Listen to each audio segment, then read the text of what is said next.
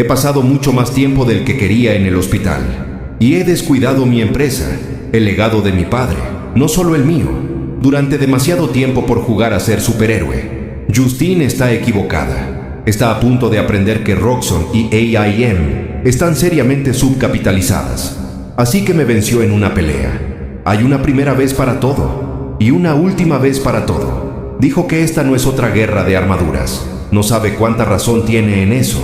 Toda su riqueza, todo lo que tienen, está a punto de arder. Esta es la guerra Stark-Roxxon. Tony Stark. Hoy no vamos a hablar solo de trajes nuevos. No vamos a hablar solo de golpes espectaculares. Hoy vamos a hablar de poder. En Iron Man Volumen 6, Tony Stark enfrenta algo más peligroso que un villano con armadura. Enfrenta corporaciones que compran gobiernos, magia que infecta tecnología, juntas directivas que venden su alma y un joven idealista dispuesto a quemar el mundo para salvarlo. Roxxon y AIM no quieren destruir a Stark, quieren poseerlo. Justin Hammer regresa con una armadura Ironmonger, impulsada por fuerzas del limbo. Velasco y el Consorcio Oscuro juegan con escalas que no son económicas, sino espirituales. Y mientras tanto, el mundo está bajo la sombra del Emperador Doom. Tony intenta hacer lo imposible, desmantelar el complejo industrial militar desde dentro. Pero aquí está la pregunta real. ¿Puedes manipular el sistema sin convertirte en él? Hoy analizamos la guerra Stark-Roxxon, el Iron Man insurgente, y el momento en que Tony deja de pelear solo como superhéroe para empezar a pelear como arquitecto del futuro. Esto es Iron Man como thriller político, como drama moral y como advertencia. Comenzamos. La guerra Stark-Roxxon, parte 1, golpe de capital. En el norte del estado de Nueva York, trabajadores sindicalizados de Stark Unlimited son amenazados por dos berserkers de Roxxon que están haciendo cumplir un cierre patronal en la fábrica. Iron Man desciende para enfrentarlos y vuela a las puertas del complejo, declarando que él no autorizó ese cierre. Con la armadura Bleeding Edge puesta, Tony reflexiona que la armadura de Mysterium habría sido excesiva para una simple visita de rutina. Tras ahuyentar a las fuerzas de Roxxon, Tony retrae su armadura y conversa con el líder sindical, Ramón Vicente, mientras recorren la planta. Aunque la fábrica dejó de producir centinelas Stark tras la derrota de Feilong, se reconvirtió a la fabricación de proyectiles de artillería, algo que Tony también quiere eliminar gradualmente. Vicente explica que los trabajadores se están organizando porque se sienten ignorados, sin voz en lo que producen. Tony vuelve a enfundarse la armadura, acepta reconocer al sindicato e incluir sus demandas en el contrato, pero cuando despega, su armadura se apaga de repente. Cae en picada, se estrella contra la fábrica y pierde el conocimiento. Semanas después, Tony está hospitalizado. Se recupera lentamente de sus heridas, vendado y demacrado, reaprendiendo a caminar y ejercitándose en una bicicleta estática. Los diagnósticos no muestran fallas en la armadura. Mientras revisa proyecciones holográficas de sus trajes, ejecuta una actualización global en todas las armaduras activas. Recordando una reunión con la junta directiva, vuela a la Torre Stark con la armadura Model Prime. Allí, Jack Cunning Jr., miembro designado por Feilong, lo provoca, junto con otra integrante, Melinda May. Tony propone una app de apuestas sobre superhéroes para generar ingresos y alejarse de la manufactura armamentista. Pero queda sorprendido cuando entra la científica suprema de AIM, la doctora Mónica Rapaccini. En alianza con Roxxon, AIM ofrece comprar Stark Unlimited y mantenerla como fabricante de armas. Tony se niega, pero la Junta someterá la oferta a votación. Además, las regulaciones congelan las operaciones comerciales mientras la propuesta esté en curso. De regreso en su laboratorio, Tony descarga su frustración arrojando la bicicleta contra la pared. Sin su armadura, salvo el casco, revisa documentos y evalúa la situación. En redes sociales responde a una publicación incendiaria contra él. El autor provoca una explosión en una lavandería cercana. Iron Man acude, apaga el incendio, pero es emboscado por los villanos Flying Tiger y Tiger Shark, autodenominados el Tiger Pack. Los sorprende que su armadura no los detectara. Tras derrotarlos, descubre que transmitían la pelea por dinero. Uno deja escapar que trabajan para alguien más, y se burla de que Tony no use su armadura mágica. Tony vuela hacia un almacén en Long Island City donde escondió la armadura de Mysterium, sospechando que el fallo fue causado por magia. Allí lo atacan nuevamente los Berserkers. Cuando intenta interrogarlos, se encienden las luces. Es Justine Hammer. Justine revela que aliados sobrenaturales de Roxxon la resucitaron para concretar la adquisición de Stark Unlimited. Ella organizó el cierre patronal y contrató al Tiger Pack como distracción. Tony intenta invocar su armadura de Mysterium, pero no responde. Justine la desmanteló para crear su nueva armadura Iron Monger, activada con un broche en su solapa. Iron Man la embiste y dispara rayos repulsores sin éxito. Justine lo lanza contra el edificio y afirma que esto no es otra guerra de armaduras. Tony ya perdió. Planea usar Stark Unlimited para dominar los mercados globales de armas y energía. Mientras combate, la armadura Model Prime vuelve a apagarse. Justine revela que los Berserker.s cargaron un virus de AIM impregnado de magia en los servidores de Stark durante el incidente en la fábrica, comprometiendo todas las armaduras que recibieron la actualización global. Antes de irse en limusina, lo provoca para que aprenda magia, y le advierte que se ha aliado con uno de sus antiguos compañeros vengadores. Tiempo después, Tony regresa del hospital y vuelve a su laboratorio. Soldando una placa facial con un soplete, reflexiona sobre cómo descuidó su empresa por demasiado tiempo. Se anima a sí mismo. Justine lo ha subestimado. Y tiene razón en algo. Esto no es otra guerra de armaduras. Roxxon y AIM están a punto de arder, porque esta es la guerra Stark-Roxxon. La guerra Stark-Roxxon. Parte 2. Muévete rápido y rompe cosas. Tony Stark aparece construyendo algo en una casa abandonada en el desierto de Chihuahua, en contraste con una reunión previa que tuvo como Tony Stark con Jack Koenig Jr. en su oficina de rascacielos en Nueva York. Como Iron Man, Tony viste una nueva y rudimentaria armadura improvisada. Como empresario, intenta, sin éxito, convencer a Koenig de votar contra la adquisición de Stark Unlimited por parte de AIM. Argumenta que AIM y Roxxon son moralmente corruptas, y advierte sobre la inestabilidad financiera del magnate petrolero. Están asumiendo deuda para financiar la compra mientras presentan vulnerabilidades estructurales que podrían afectar su solvencia. En el desierto, Iron Man se reúne con Tuatara y le entrega tanques explosivos. Ella adopta su forma reptiliana gigante, y los coloca en un oleoducto de Roxxon, provocando una explosión. Más tarde, Tony se reúne con Melinda May en su oficina. Niega haber orquestado el sabotaje, aunque en paralelo se muestra a Tuatara entregándole fragmentos del oleoducto destruido. May promete controlar a Roxxon y AIM, recordando que ya intentó frenar las ideas crueles de Feilong cuando él la nombró en la junta directiva. Tony la confronta por no haber ayudado realmente a derribar Orchis ni haber hecho nada durante su genocidio mutante. En Aspen, Colorado, Iron Man llega a una instalación montañosa de AIM, y advierte a los empleados que evacúen antes de destruir el laboratorio. Es atacado por una nueva versión de Force, pero sus repulsores fallan en plena pelea. El combate se interrumpe cuando la asistente de agenda de Mónica Rapaccini invita a Iron Man a almorzar en nombre de su jefa. En el lujoso atrio ejecutivo de Rapaccini, Tony se sienta a la mesa con ella para discutir la adquisición. Mónica intenta convencerlo de unirse a su causa. Antes de que empiece el almuerzo, Tony reconoce al mesero. Es Anthony Druid. Con ligereza cruel, Mónica explica que Roxxon lo proporcionó a AIM para crear el virus mágico que bloqueó el acceso de Tony a sus armaduras. Dr. Druid materializa sus vestimentas de hechicero y se disculpa, aclarando que no controla sus propios actos. Su capa se convierte en una niebla que penetra en la armadura de Iron Man, sumiéndolo en una pesadilla psicodélica. La armadura de Tony se derrite, y lo envuelve mientras es atormentado por visiones zombificadas de Howard Stark y el Capitán América.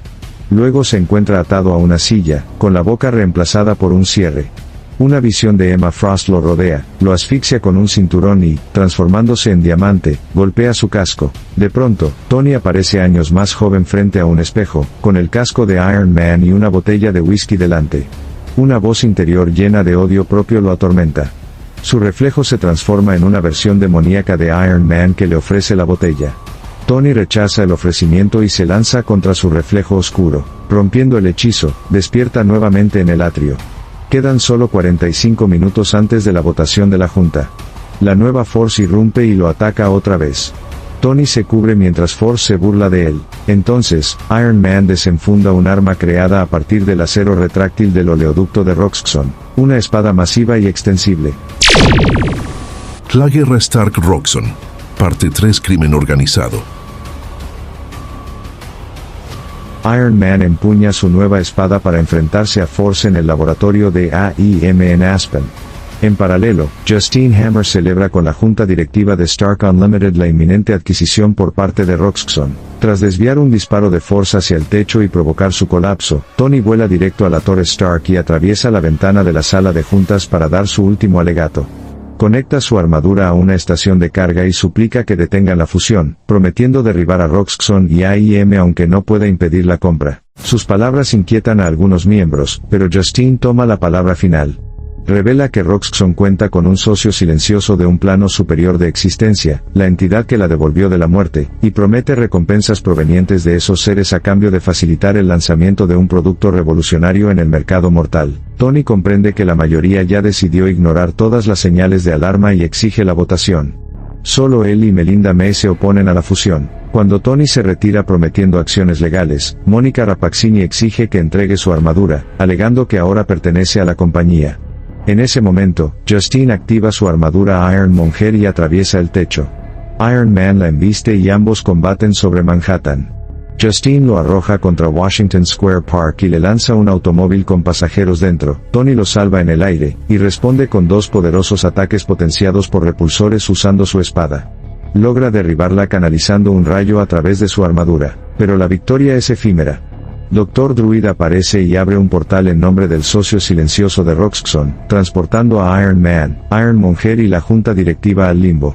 Allí los recibe Velasco, el demonio que actúa como emisario de los misteriosos benefactores. Sentados a la mesa, Justine explica el plan: introducir un fármaco que permitiría a los humanos trascender su mortalidad, con acceso exclusivo para los miembros de la junta.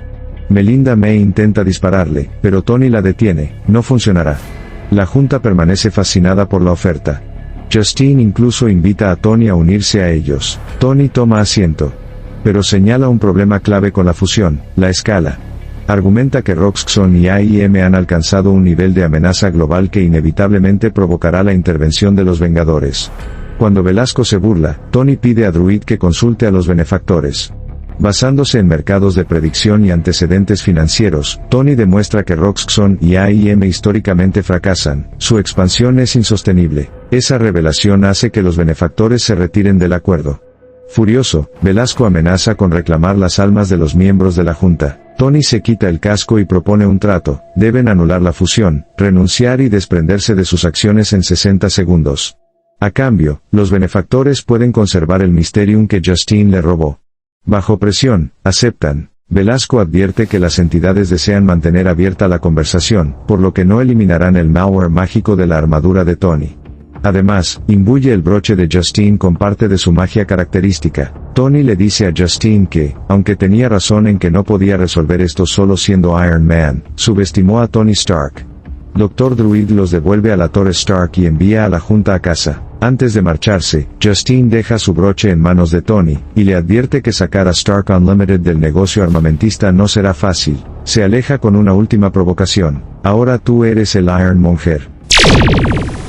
La maquinaria del orden. Parte 1, Círculo Hellman.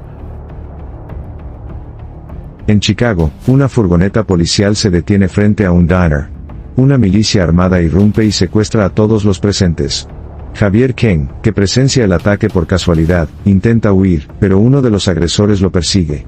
Mientras la furgoneta se aleja, el atacante declara que la ciudad ahora pertenece a The Heat. En Santa Mónica, Ironheart y su hija Natalie ayudan a Iron Man a analizar la armadura Iron Monger, desplegada desde su broche contenedor. Aunque ya no tiene Mysterium, el traje luce impecable. Admitiendo que la magia no es su especialidad, Tony recurre a Scarlet Witch, quien se teletransporta al laboratorio. Wanda activa un círculo ritual y conecta con la energía del broche. De pronto es arrastrada a una visión. Combate masas humanoides viscosas que se fusionan hasta formar un gigantesco Iron Man.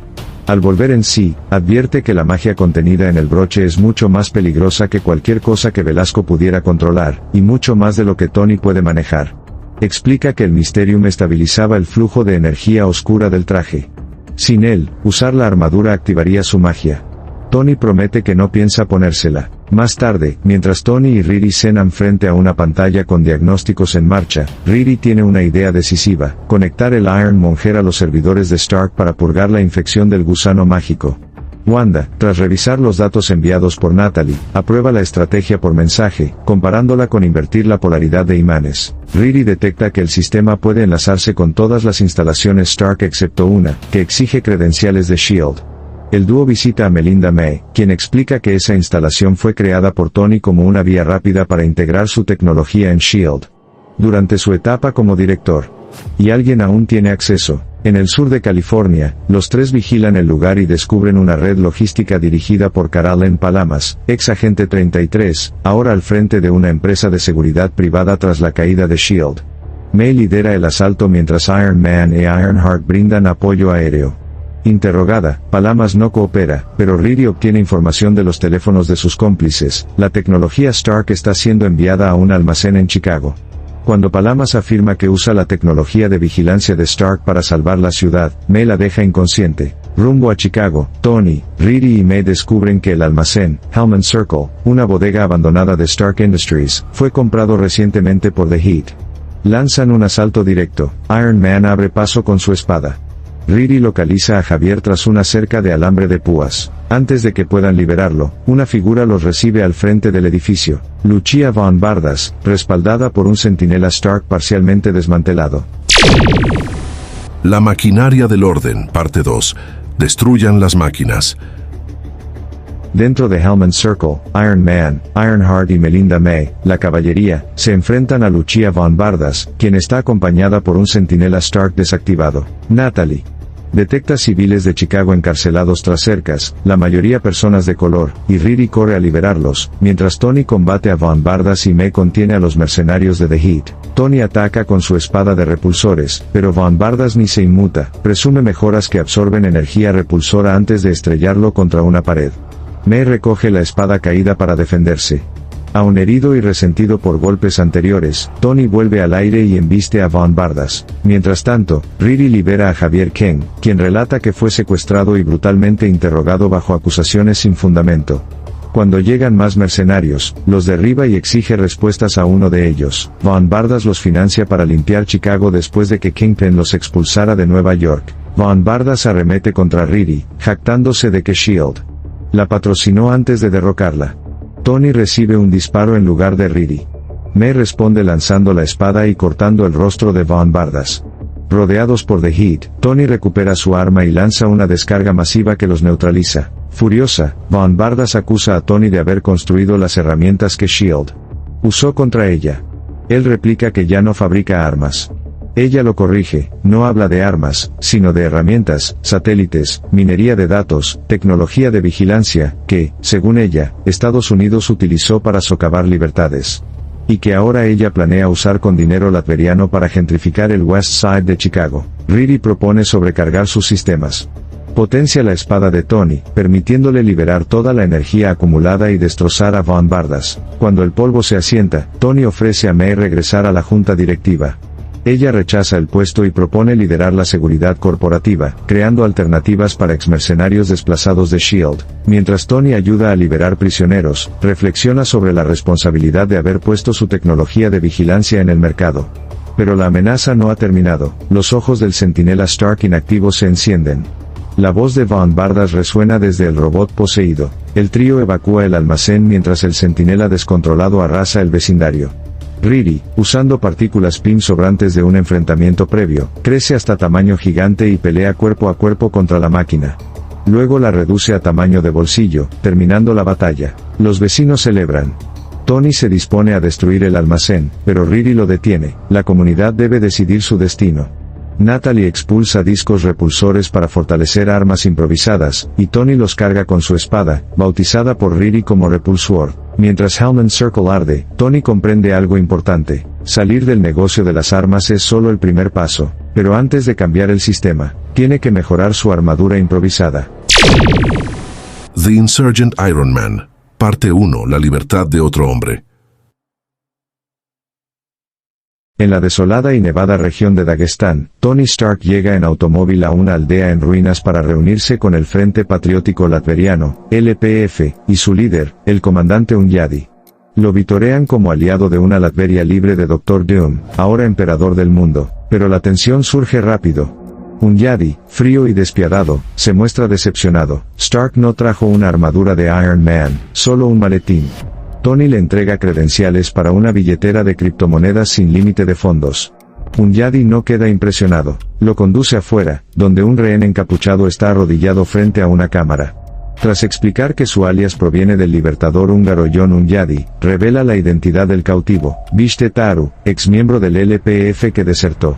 El comandante ordena a Stark que lo ejecute para probar su lealtad, advirtiendo que Doom no será derrocado de manera inocente.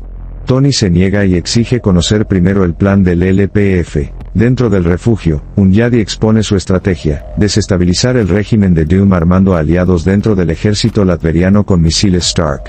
Aunque Tony rechaza volver al negocio de las armas, Yadi plantea que los misiles serían introducidos en Latveria bajo la fachada de una venta a Doom, pero permanecerían almacenados hasta que el LPF asedie Domstad, confiando en que la lealtad del pueblo al ejército debilite el control del tirano. Tony duda.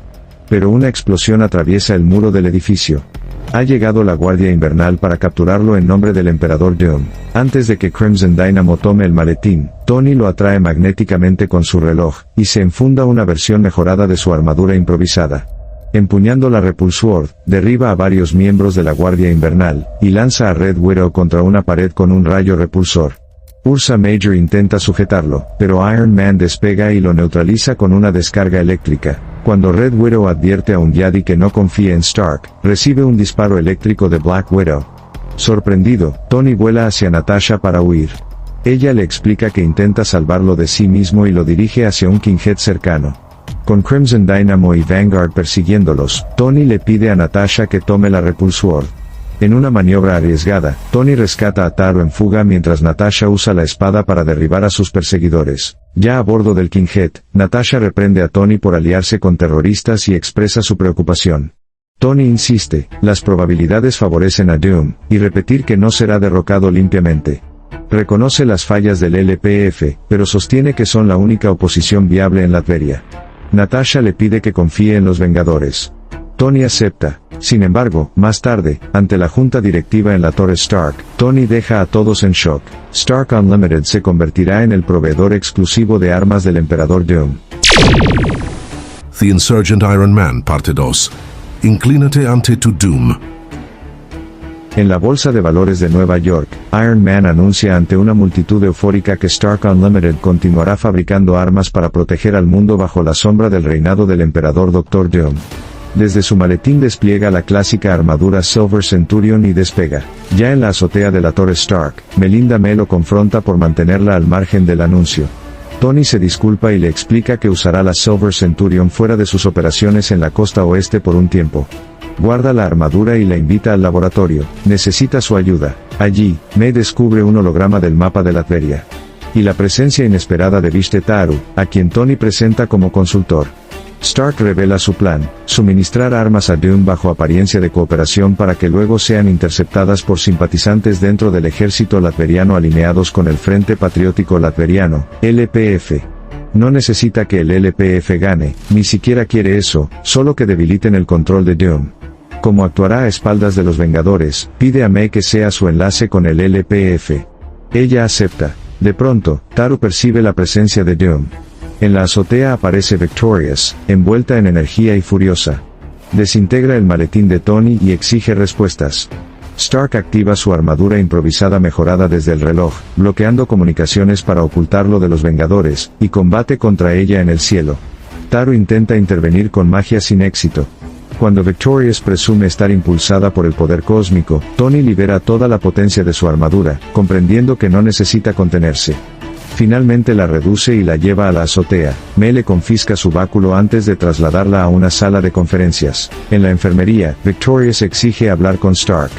Él indaga sobre su reciente distanciamiento de Doom. Ella revela que la conquista mundial reavivó su fe en él. Sentados frente a frente, Tony explica su jugada. Si Doom intenta apoderarse de Stark Unlimited, el mundo capitalista reaccionará. Pero si Tony mantiene contratos militares existentes y luego redirige su suministro hacia Doom, proporcionándole tecnología, energía e infraestructura defensiva, podrá evitar una guerra abierta al forzar a las potencias a aceptar el nuevo equilibrio. Victorious, indignada, vuelca la mesa y lo ataca. Tony se enfunda su armadura para resistir sus descargas y le suplica que vea la lógica. Si Stark Unlimited abastece a Doom, las naciones evitarán un conflicto global. May la derriba con su propio báculo. Stark aclara que no necesita la confianza personal de Doom, solo que crea en su deseo de evitar derramamiento de sangre. Además, Doom tampoco quiere cimentar su imperio únicamente en sangre. Controlar los recursos estratégicos de Stark Unlimited consolidaría su posición. Como gesto de buena fe, Tony se arrodilla ante Victorious. Solo pide que Doom comprenda su necesidad pública de alinearse con los Vengadores. Más tarde, Victorious se marcha para transmitir la propuesta a Doom. Cuando queda a solas con May, ella reconoce la astucia de Tony. Y Tony, en silencio, contempla una posibilidad que parecía impensable. Quizás sí pueda destronar a Doom. The Insurgent Iron Man, parte 3, el ritmo mortal de la línea de producción. En el Kurdistán iraquí, el comandante Unyadi y el Frente Patriótico Latveriano se reúnen con Melinda May en el Hotel Internacional de Erbil para discutir el respaldo de Tony Stark. Mientras May transmite a Tony la solicitud de Unyadi de mejorar el cifrado de sus teléfonos, la reunión es interrumpida cuando la Guardia Invernal atraviesa el tragaluz. En el cuartel de los Vengadores de la Costa Oeste, en Los Ángeles, Iron Man juega baloncesto con Vishte Taru. En los vestidores, Taru confiesa que el LPF quería matarlo por estudiar artes místicas para derrotar a Doctor Doom, algo que Unyadi consideraba usar las herramientas del enemigo. Aunque reconoce que aún le falta mucho camino, demuestra su progreso levitando el agua de las duchas. Tony recibe el mensaje de May sobre el cifrado y encarga a Taru que lo implemente. Y que aproveche para espiar las comunicaciones del LPF. En ese momento, Iron.gp te alerta sobre una huelga en la fábrica de artillería del norte del estado de Nueva York. Necesitando demostrar a Doom la plena capacidad productiva de Stark Unlimited antes de cerrar el contrato, Tony se enfunda la armadura y parte con Taru. En la fábrica, los manifestantes se enfrentan al nuevo equipo de seguridad privada de Stark Unlimited, los Strikebreakers, quienes reprimen violentamente la protesta y golpean a su líder, Ramón Vicente. Tony llega y neutraliza al primer sargento del grupo, indignado por el tipo de personal que May contrató. Dentro de la sala de descanso, Tony desmaterializa su armadura para hablar con Ramón. Vicente lo recrimina por no haber formalizado el contrato tras reconocer el sindicato. Tony, distraído por los recientes acontecimientos, lo descuidó. Aunque intenta ratificarlo en ese momento, y argumenta la importancia estratégica de la fábrica, incluso sugiere automatizarla, Ramón no cede. Además, revela que el fondo sindical recibió donaciones significativas. Tony sale nuevamente armado. Detecta a Black Widow disfrazada de anciana en Midwood, Brooklyn, y la sigue hasta una azotea donde ella revela su identidad. Natasha lo confronta por mentirle y le advierte que sus decisiones pondrán en peligro a inocentes. Admite haber financiado al sindicato y lo desafía a preguntarse por qué sus propios empleados estaban tan listos para declararse en huelga.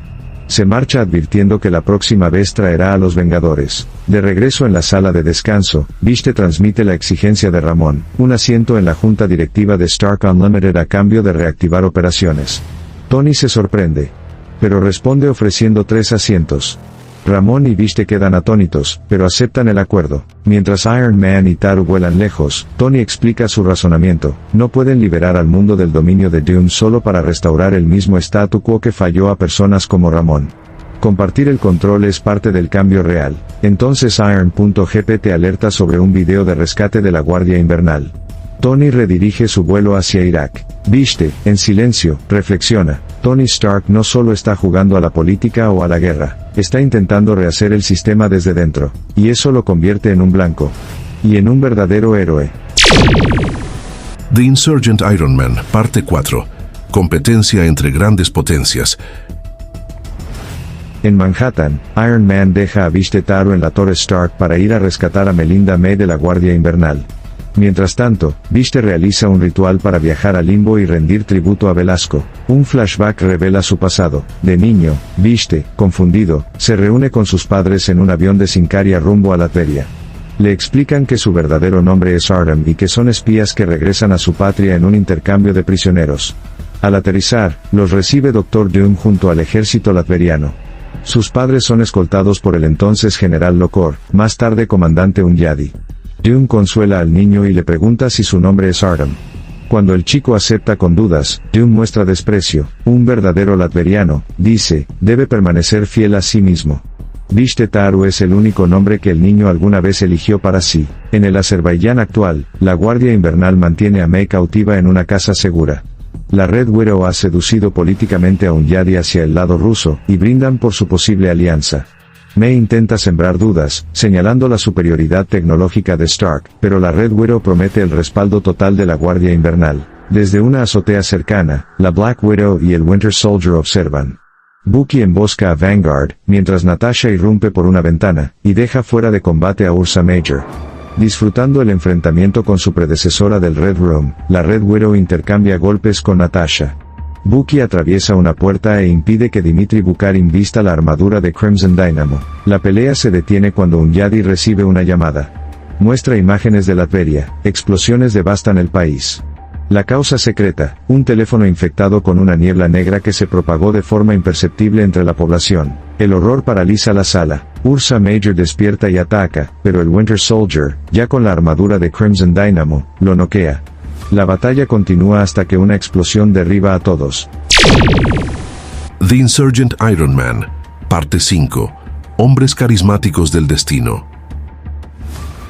En las ruinas de la casa segura de la Guardia Invernal en Bakú, Vishte Taru confiesa ante Iron Man, la Black Widow, el Winter Soldier y Melinda May que él orquestó el atentado terrorista en Latveria. Utilizando el parche mágico de software del LPF, redirigió el virus mágico indetectable de la armadura Iron Monger hacia el ejército latveriano a través de las unidades que colaboraban con los insurgentes.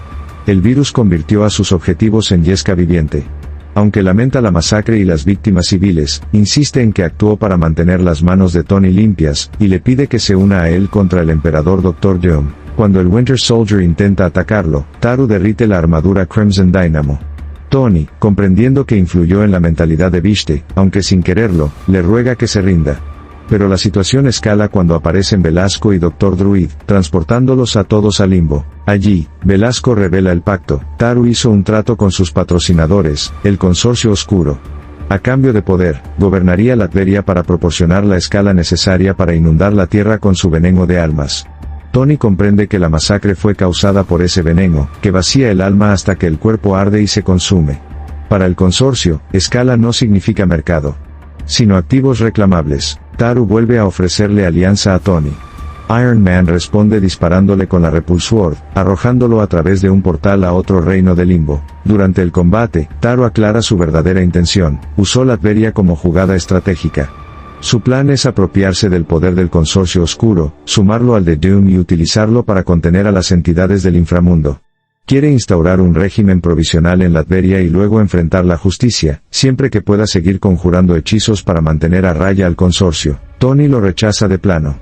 Lo lanza a través de otro portal, y le advierte que si ni siquiera Dormammu pudo derrotar a Doom, él tampoco podrá. Furioso, Vishte estalla. Cree haber cargado con el peso moral que Tony no quiso asumir, solo para verlo regresar a sus ideales. Sus ataques mágicos casi destruyen la armadura improvisada, pero Tony usa la Repulse Sword para absorber y reflejar la energía, derribándolo. Velasco aparece decepcionado por el fracaso de Vishte. Los aliados de Tony escapan de su cautiverio y se reúnen con él. Dr. Druid obliga a Velasco a transmitir un mensaje al consorcio. En el futuro, podrían hacer negocios con Iron Man. Luego, por orden de Velasco, Druid encadena a Taru como ficha de negociación. Tony promete salvarlo. Taru responde que escapará por su cuenta.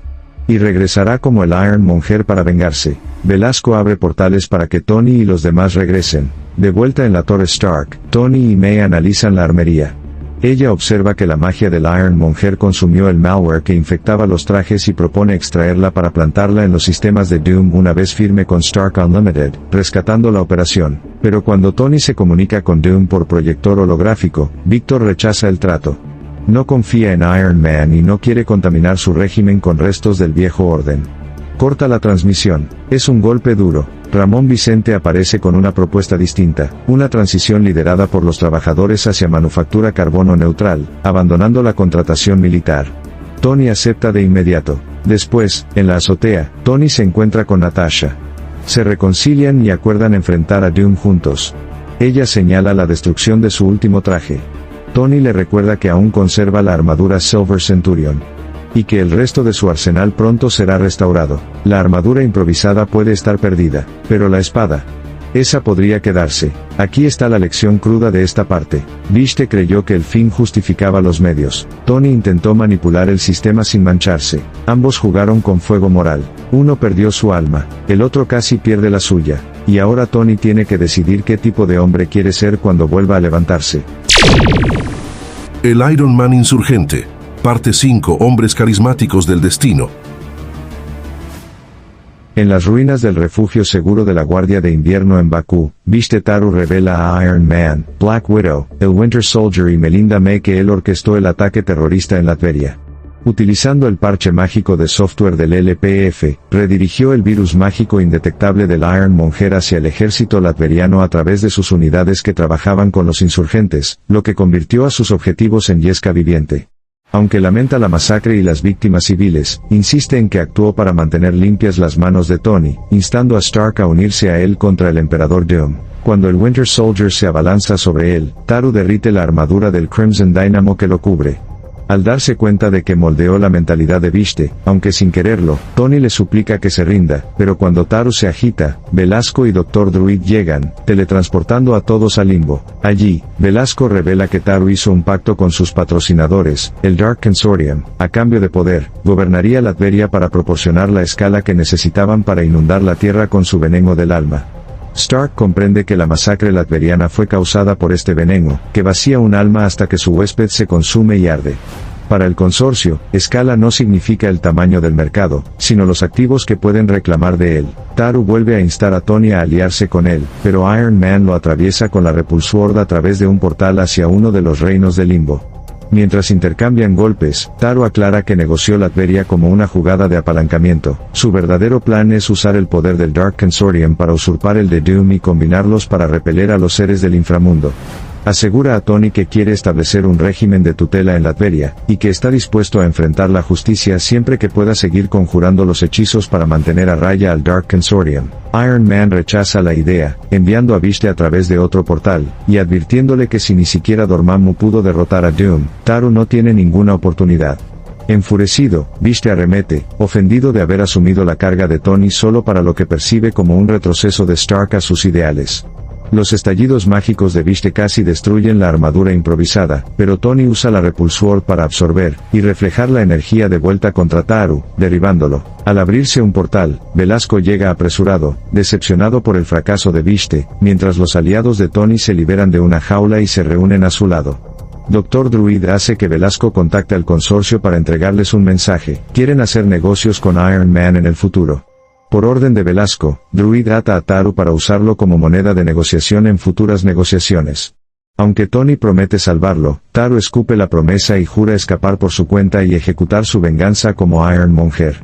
Velasco entonces abre portales para que Tony y sus aliados se marchen. De regreso en la Torre Stark, Stark y Melinda analizan su arsenal. Ella observa que la magia del Ironmonger ha consumido el malware que infectaba los trajes de Tony, y sugiere extraerlo e implantarlo en los sistemas de Doom una vez que firme con Stark Unlimited, rescatando la operación. Sin embargo, cuando Tony se reúne con Doom mediante proyector holográfico, Victor se niega a hacer negocios con Stark. Argumenta que no puede confiar en Iron Man como socio y que no quiere contaminar su régimen con los restos del anterior, y corta la transmisión. Melinda consuela a Tony mientras lidia con el revés, y llega Ramón Vicente. Propone una transición liderada por los trabajadores hacia una manufactura con neutralidad de carbono, alejándose de los contratos de defensa, y Tony acepta con gusto. Después de que Tony se retira para atender una llamada, Melinda menciona a Ramón la idea de renunciar por haber facilitado las prácticas antisindicales contra los ahora disueltos Strikebreakers, pero Ramón la persuade de quedarse y ayudar a capacitar al sindicato. En la azotea, Tony se encuentra con Black Widow. Se reconcilian y se comprometen a luchar juntos contra Doom.